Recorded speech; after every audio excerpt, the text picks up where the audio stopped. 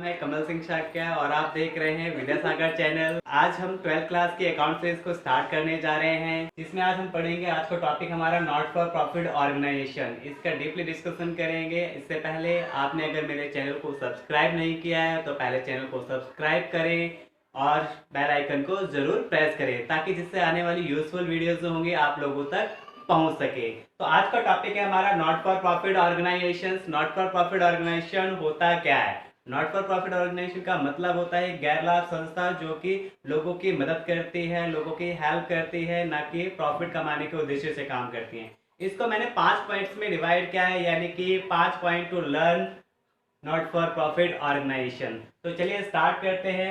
NPO, पहला point हमारा आता है एंटिटी। एंटिटी जैसा कि आपने कंपनीज के अंदर देखा होगा कि एंटिटी होती है, ऐसे ही यहाँ पे भी क्या होता है, एनपीओ के अंदर भी एंटिटी होती है, यानी कि सेपरेट लीगल एंटिटी। यानी कि एनपीओ की सेपरेट लीगल एंटिटी होती है, जैसा कंपनीज के अंदर भी सेपरेट लीगल एंटिटी होती है। सिर्फ एक ऐसा पॉइंट जो कि कंपनी और एनपीओ में सिमिलर होता है, इसके अलावा कोई और पॉइंट ऐसा नहीं है जो दोनों को सिमिलर करता है। चलो बढ़ते हैं अगले पॉइंट की तरफ। अगला पॉइंट हमारा है पर्पस, यानी कि हर किसी का कोई ना कोई पर्पस होता है, ऐसे हमारा एनपीओ का भी पर्पस है।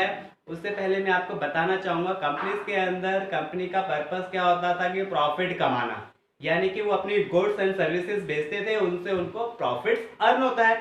यहाँ पे भी क्या होता है, नॉट फॉर प्रॉफिट ऑर्गेनाइजेशन का भी पर्पस होता है कि वो एजुकेशनल एक्टिविटीज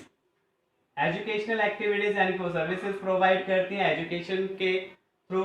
दूसरा आपकी मैं बात करूँ तो कल्चरल एक्टिविटीज हो सकती हैं आपकी। नेक्स्ट की बात करूँ तो प्रोफेशनल एक्टिविटीज हो सकती हैं। इस तरीके से हमारे काफी सारी एक्टिविटीज होती हैं, यानी कि हम बोल सकते हैं कि स्कूल्स हो सकते हैं इसके अंदर हमारे, लाइब्रेरी हो सकती है इसके अंदर हमारी, इसके अंदर हमारा स्पोर्ट्स क्लब हो सकते हैं।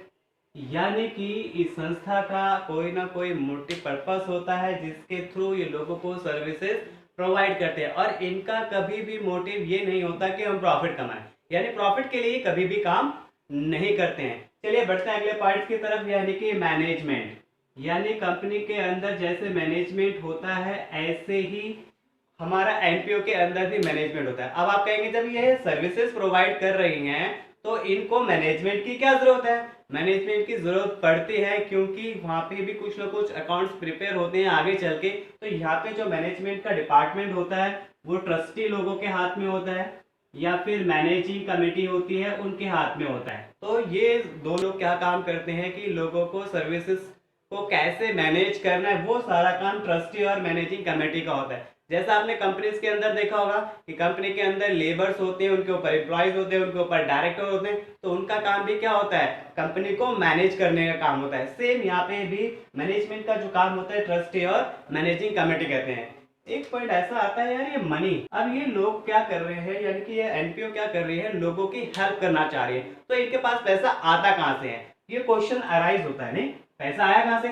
पैसा आने का, जैसे कंपनी के अंदर क्या होता है कि वहां पे प्रोप्राइटर या फिर ऑनर कंपनी के अंदर पैसा लगाता है और प्रॉफिट कमाने के मोटिव से वहां पे काम करता है। लेकिन मैं बात करूं यहाँ पे पैसा आता कहाँ से? यहाँ पे दो तरीके से पैसा आता है। दो तरीके से कैसे?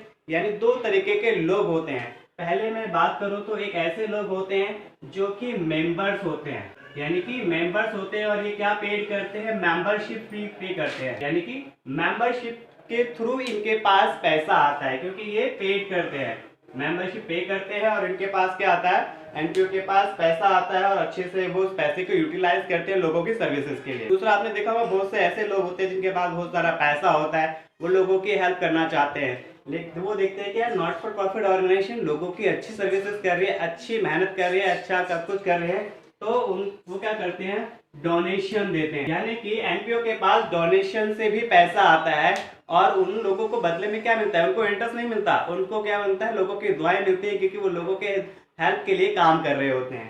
चलिए हमारा अगला पॉइंट है रिसिप्ट एंड पेमेंट अकाउंट। यानी कि रिसिप्ट एंड पेमेंट से ही क्लियर हो जाता है कि रिसिप्ट हो रही है और पेमेंट हो रही है, यानी कि कुछ चीजें आ रही है, कोई चीजें जा रही है। तो उसकी क्लियर करने से पहले मैं आपको बताना चाहूंगा, 11th क्लास में आपने पढ़ा होगा कैश बुक। जी हाँ, कैश बुक की मैं बात कर रहा हूँ। जब भी वहां पे पैसा आता था तो आप डेबिट करते थे, और पैसा जाता था तो क्रेडिट करते थे। ओके, यानी कि जब भी पैसा आता था तो टू करके लिखते थे, और जब भी पैसा जाता था तो आप बाय करके लिखा करते थे। फॉर एग्जाम्पल की अगर हम बात करें कि सपोज करो आपने कार बेच दी, तो कार बेचने से पैसा आएगा या पैसा जाएगा? बिल्कुल पैसा आएगा। जब पैसा आएगा तो आपको टू कार, क्योंकि आपने क्या बेचा है? कार बेची है, तो कार बेचने से आपके पास पैसा आ गया, तो टू कार अकाउंट लिख देना है आपको। और अगर आपने क्या करा है कि कोई चीज पेमेंट करी है, फॉर एग्जांपल आपने सैलरी पे कर दी, आपने सैलरी पे करी है, तो आपको पेमेंट साइड में बाय सैलरीज अकाउंट लिख देना है। ओके, यानी कि कहने का मतलब मेरा क्या है, जब भी पैसा आएगा तो आपको रिसीव साइड में लिखना है, और जब भी पैसा जाएगा तो आपको पेमेंट साइड में लिखना है। यानी कि अगर बात करूं तो कैश बुक में सबसे ओपनिंग स्टार्टिंग जो होती थी टू बैलेंस बीडी से, यानी उनका ओपनिंग बैलेंस होता था, तो इसका भी ओपनिंग बैलेंस सेम वैसा ही होता है। जब अकाउंट क्लोज करते थे तो उसमें लिखते थे टू बैलेंस सीडी, तो सेम यहाँ पे भी आपको पेमेंट साइड में लास्ट में लिखना है बाय बैलेंस सीडी, यानी कि क्लोजिंग बैलेंस हो गया। ओके, बात क्लियर होगी, समझ में आया? यानी कि ज्यादा दिमाग नहीं लगाना है, जैसे कैश बुक बनाते थे सेम वैसे रिसिप्ट एंड पेमेंट को बनाना है। यानी कि इसमें कुछ बातें और आपको याद रखनी है कि नो डेट कॉलम, यानी कि रिसिप्ट एंड पेमेंट अकाउंट के अंदर कोई डेट कॉलम नहीं होता है जैसा आपका कैश बुक में हुआ करता था। इवन नो एलएफ कॉलम, यानी कि जब आप रिसिप्ट एंड पेमेंट अकाउंट बनाएंगे तो उसके अंदर कोई एलएफ का कॉलम नहीं होगा जैसा कि आपका कैश बुक के अंदर होता था। आप कैश बुक कैसे बनाते थे? उसको मंथली प्रिपेयर किया करते थे, यानी डेट वाइज के अंदर एंट्री हुआ करती थी। लेकिन जब आप रिसिप्ट एंड पेमेंट की बात करेंगे तो इसको जो प्रिपेयर किया जाएगा at the end of accounting year, यानी कि आपको साल के आखिर में इसको प्रिपेयर करना होगा, यानी कि फाइनेंशियल ईयर हो गया, ठीक है। फाइनेंशियल ईयर में क्लोजिंग के टाइम में आपको receipt and payment account prepare करना पड़ता है। एक और चीज आपको बता दूं, ये चीज आपको बिल्कुल ध्यान में रखना है माइंड में, कि एक इंपॉर्टेंट पॉइंट जो मैं बताने जा रहा हूं, यानी कि no debit no credit side, यानी इसके अंदर कोई डेबिट साइड और क्रेडिट साइड नहीं होती है जैसा कि आपने कैश बुक में पढ़ा था। कैश बुक में डेबिट साइड और क्रेडिट साइड होती है, but receipt and payment account में आपका ना डेबिट होता है और ना क्रेडिट साइड होती है। ये चीज आपको ध्यान में रखनी, यानी कि प्रैक्टिकली जब हम चल रहे हैं तो वो आपको कैश बुक की तरह ही फॉलो करना है, लेकिन अगर हम कंसेप्चुअल के थ्रू जा रहे हैं तो सारी चीजें डिफरेंट हो जा रही है। तो आई होप आपको ये वीडियो समझ में आई होगी, आपको एनपीओ क्लियर हो गया होगा। तो आने वाली वीडियो में हम आपको बताएंगे कि कैसे रिसिप्ट एंड पेमेंट अकाउंट बनाने हैं या फर्दर अकाउंट्स कैसे बनाने हैं। तो बने रहिए हमारे चैनल के साथ, हमारे चैनल को सब्सक्राइब कीजिए, बेल आइकन को प्रेस कीजिए, और हमारी वीडियो अगर पसंद आई तो उसको लाइक भी जरूर कीजिए। और इस वीडियो को ज़्यादा से ज़्यादा शेयर इसलिए करना है ताकि ज़्यादा से ज़्यादा लोगों को पहुंच सके और उसका वो बेनिफिट उठा सके। धन्यवाद।